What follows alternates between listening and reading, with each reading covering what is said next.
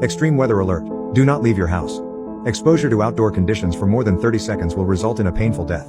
Stay hydrated, and once again, do not step outside your house if you want to stay alive. Listen out for more alerts. I blinked, rereading the message at least 3 times. Surely, this had to be a mistake. Heat that intense? How was that even possible? I snatched my phone back up, skimming through the other details of the alert. People outside would perish in less than a minute if exposed to the current temperature. I opened my weather app, and the number displayed didn't even make sense. 158 degrees Fahrenheit. Suddenly, the power flickered. The hum of the air conditioning cut out, leaving a strange, suffocating silence in the house. The temperature inside started rising immediately. Sweat beaded on my forehead. I went to the door, heart racing, and cracked it open just enough to let in a breath of air. Bad idea. The heat hit me like a physical force. It was like opening an oven. My face immediately began to burn, and I slammed the door shut before even considering stepping out. It felt like the heat had scorched my skin in the brief second the door was open. I staggered back, my mind racing. How was this even happening? The weather alert had said this would last for an indeterminate period of time. What if this wasn't something that would pass? What if this was permanent? My phone buzzed again with a new message. Warning, anyone exposed to the current outdoor conditions will suffer immediate heat stroke. Fatal symptoms occur within 20-30 seconds. All outdoor activity is strictly prohibited. Seek refuge indoors. I moved toward the kitchen window, staring out at the neighboring houses. No one was outside. Not a single soul in sight. Then I saw something. Movement at the edge of the street. A man. He was staggering across the sidewalk, holding his arm out like he was trying to shield himself from something invisible. "Hey!" I yelled out, knowing he wouldn't hear me. It was too late anyway.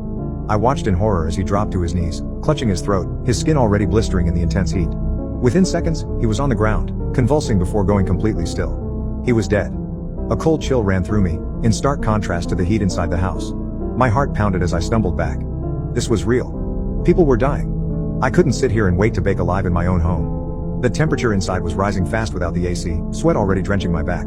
I had to do something. I grabbed my phone and started dialing the emergency hotline, but the line was busy.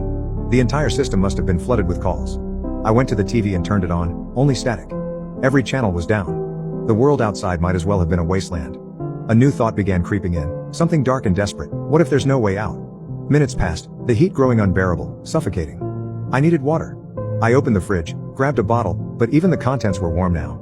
I drank it anyway, every drop tasting like despair. Suddenly, I heard banging from the house next door. My neighbors. They were trying to open their door. I could hear them shouting through the thin walls, pleading to someone outside. "No, don't go out there." I bolted toward the window, watching in horror as their door swung open and they stepped out. A mother and her child.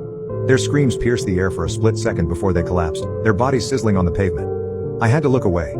The heat in the house was becoming unbearable. How much longer could I last? I stumbled back to my living room, feeling dizzy, my vision blurred. It was getting harder to breathe. Every second felt like an hour. Suddenly, the power surged back on, and the AC kicked in with a hum. I sank to the floor, gasping in relief as the cold air rushed through the vents, cooling the house slightly. But the reprieve was temporary. The heat outside was too strong. I could feel it pressing against the walls, like it was trying to seep in and claim me. Another message came through my phone. This is a government-issued curfew. If you're caught outside, you will not survive. Shelter in place indefinitely. Rescue teams will be dispatched when the temperature drops below fatal levels. I stared at the message, my mind swirling. There was no end in sight. How long could this go on? How long until we all baked alive in our homes? Then, just as I was about to lose hope, I heard something.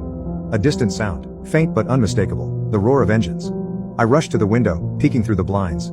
Military trucks, dozens of them, were rolling down the streets. They were covered in heat-resistant plating, slowly moving through the neighborhood like sentinels. But something was off. The soldiers weren't trying to save anyone. They weren't handing out supplies or helping people. They were gathering the bodies, dragging the poor souls around.